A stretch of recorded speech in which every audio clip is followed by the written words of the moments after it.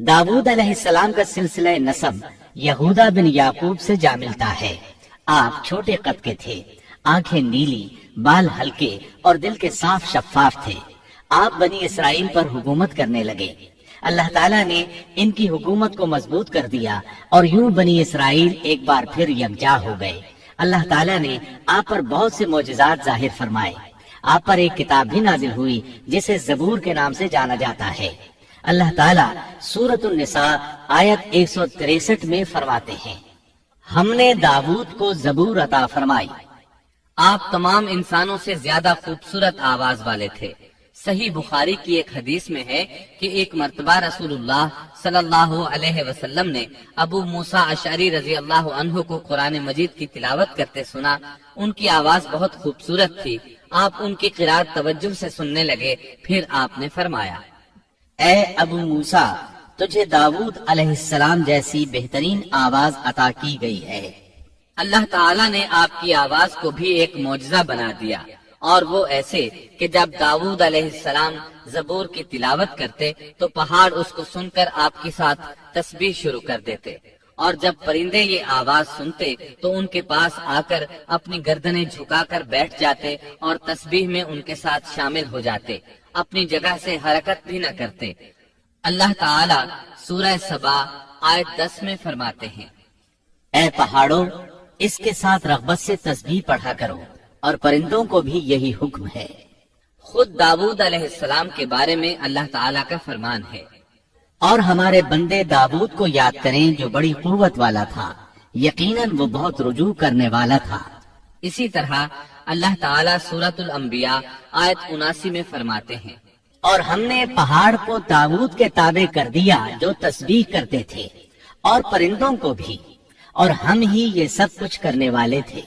اسی طرح سورہ سعد آیت 18 اور 19 میں اللہ تعالیٰ فرماتے ہیں، یقیناً ہم نے پہاڑوں کو اس کے تابع کر رکھا تھا کہ اس کے ساتھ شام کو اور صبح کو تسبیح خوانی کریں، اور پرندے بھی سب کے سب ان کے تابع رہتے تھے۔ یہ داود علیہ السلام کے معجزات تھے۔ اللہ تعالیٰ نے اور بھی کئی معجزات سے انہیں نوازا تھا۔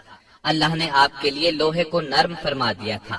آپ لوہے سے اس طرح چیزیں بنا لیتے تھے جس طرح لوگ گارے اور مٹی سے بنا لیتے ہیں۔ آپ لوہے سے زرہیں بناتے تھے۔ نوح علیہ السلام سے پہلے بھی زرہیں ہوتی تھی، لیکن وہ تختیوں کی مانند ہوتی تھی۔ ان کو سینے اور کمر کی طرف لٹکا لیا جاتا تھا، لیکن ان کا بوجھ بہت ہوتا تھا۔ آپ نے لوہے کی کڑیاں اور دائرے بنا کر ان کو خاص انداز میں جوڑ جوڑ کر زرہیں تیار کی۔ یہ بہت ہلکا لباس تھا اور پورے جسم کو دشمن کے وار سے محفوظ رکھتا تھا۔ اللہ تعالیٰ سورہ سبا آیت 10 اور 11 میں فرماتے ہیں، اور ہم نے اس کے لیے لوہا نرم کر دیا کہ تو پوری پوری زرہیں بنا اور جوڑوں میں اندازہ رکھ، تم سب نیک کام کیا کرو، یقین مانو کہ میں تمہارے اعمال دیکھ رہا ہوں۔ ان آیات میں اللہ تعالیٰ فرماتے ہیں کہ داود علیہ السلام کو ہم نے حکم دیا کہ زرہیں لوگوں کے لیے نہایت موزوں ہونی چاہیے۔ ان کی کڑیوں کو بڑے مناسب انداز میں جوڑنا، نہ اس قدر موٹی ہوں کہ ان کا وزن بڑھ جائے، نہ اس قدر پتلی کہ جلد کٹ جائیں اور اپنا مقصد پورا نہ کر سکیں۔ اسی طرح اللہ تعالیٰ سورۃ الانبیاء آیت 80 میں فرماتے ہیں، اور ہم نے اسے تمہارے لیے لباس بنانے کی کاریگری سکھائی تاکہ لڑائی کے ضرر سے تمہارا بچاؤ ہو سکے۔ کیا اب تم شکر گزار بنو گے؟ بہرحال اس صنعت کے موجد داود علیہ السلام ہیں۔ اللہ تعالیٰ نے آپ کی حکومت کو خوب مضبوط کیا، آپ کو زبردست فضائل اور معجزات سے مالا مال کیا۔ اللہ تعالیٰ سورۃ سعد آیت 20 میں فرماتے ہیں، اور ہم نے اس کی سلطنت کو مضبوط کر دیا تھا اور اسے حکمت دی تھی اور بات کا فیصلہ سمجھا دیا تھا۔ آپ لوگوں کے درمیان نہایت عادلانہ فیصلے فرماتے تھے۔ آپ نبی بھی تھے، بادشاہ بھی اور قاضی بھی۔ آپ کی حکومت کے متعلق کئی احکامات نازل ہوئے۔ ان میں سے قرآن مجید میں ایک حکم عجیب انداز سے آیا ہے۔ ہوا یوں کہ آپ نے عبادت اور عدالت کے لیے اوقات مقرر کر رکھے تھے۔ عبادت کے لیے ایک جگہ بنوا رکھی تھی۔ دن میں فیصلے کرتے، رات کو عبادت۔ جب عبادت کرتے تو کسی کو ان کے پاس آنے کی اجازت نہیں تھی۔ ایک روز ایسا ہوا کہ 2 آدمی بغیر اجازت اندر آ گئے۔ دروازہ بند تھا، لیکن وہ دیوار پھاند کر اندر آ گئے۔ آپ ڈر گئے کہ کہیں حملہ آور نہ ہو۔ اللہ تعالیٰ سورۃ صاد آیت 21 اور 22 میں فرماتے ہیں، اور کیا تجھے جھگڑا کرنے والوں کی بھی خبر ملی جبکہ وہ دیوار پھاند کر محراب میں آ گئے؟ جب یہ داؤد کے پاس پہنچے تو وہ ان سے ڈر گئے۔ وہ کہنے لگے، خوف نہ کیجیے، ہم مقدمہ کے 2 فریق ہیں، ہم میں سے ایک نے دوسرے پر زیادتی کی ہے، لہٰذا آپ ہمارے درمیان حق کے ساتھ فیصلہ کر دیجئے اور ناانصافی نہ کیجیے اور ہمیں سیدھی راہ بتا دیجیے۔ داؤد علیہ السلام نے فرمایا، بتاؤ تمہارا کیا مسئلہ ہے؟ ان میں سے ایک نے کہا، یہ میرا بھائی ہے، اس کے پاس 99 دمبیاں ہیں اور میرے پاس ایک ہی دمبی ہے، لیکن یہ مجھ سے کہہ رہا ہے کہ اپنی یہ ایک بھی مجھے دے دے اور مجھ پر بات میں بڑی سختی برتتا ہے۔ اس آیت کی تفسیر میں ہے کہ ایک دمبی والے بھائی نے کہا، یہ میرا بھائی بہت چالاک ہے، برے طریقے سے بات کرتا ہے، کہتا ہے کہ میری دمبیاں چرنے جاتی ہیں تو اس اپنی ایک دمبی کو بھی ان کے ساتھ بھیج دیا کرو۔ جب میری دمبی اس کی دمبیوں کے ساتھ آنے جانے لگ گئی تو اب یہ کہتا ہے کہ یہ بھی میری ہے، اب میں خالی ہاتھ ہوں۔ اس طرح میں اس کے ظلم کا نشانہ بن چکا ہوں۔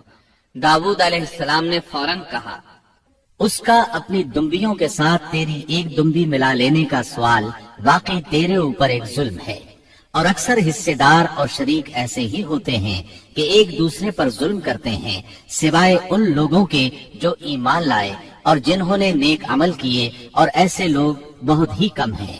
داؤد علیہ السلام نے دوسرے بھائی کی بات سنے بغیر ہی اسے ظالم ٹھہرا دیا۔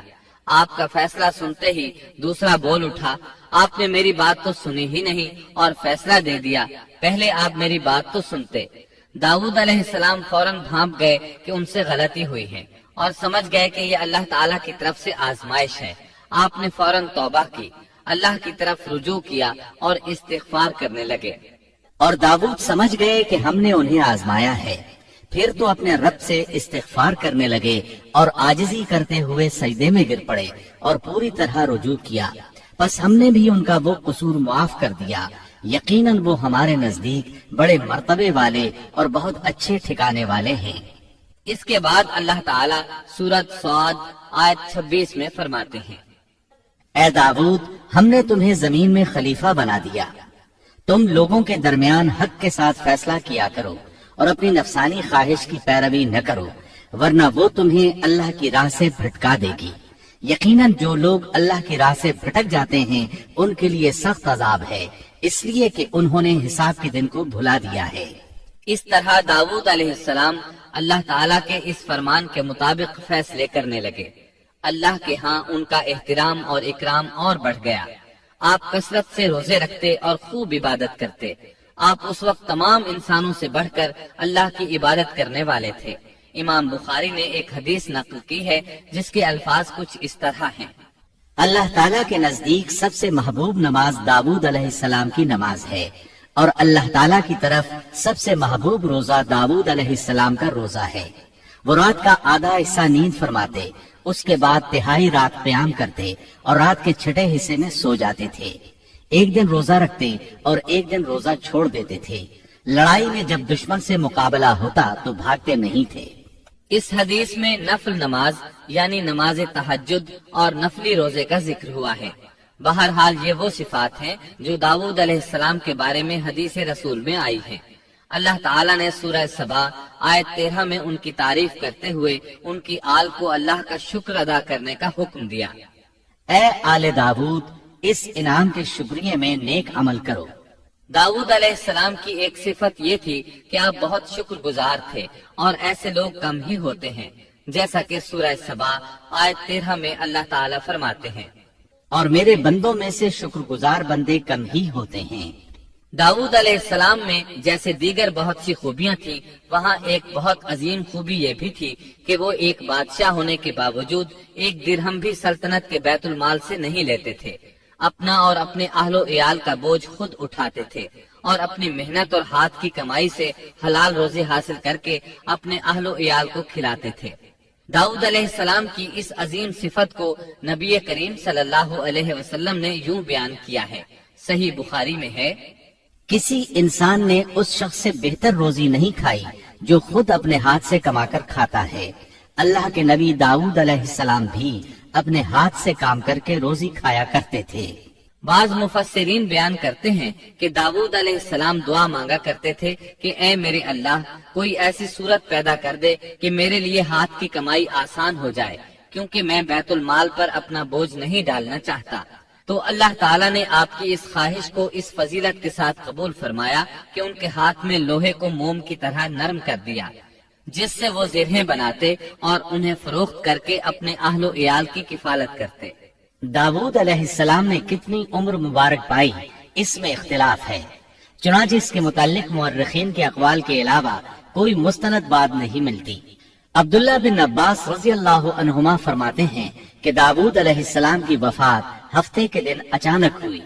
وہ ہفتے کے دن مقررہ عبادت میں مشغول تھے اور پرندے قطاریں باندھے ان پر سایہ فگن تھے کہ اچانک اس حالت میں ان کا انتقال ہو گیا۔ اس کے بعد آپ کے فرزند ارجمن نے امور سلطنت کو سنبھال لیا۔ یہ سلیمان علیہ السلام تھے۔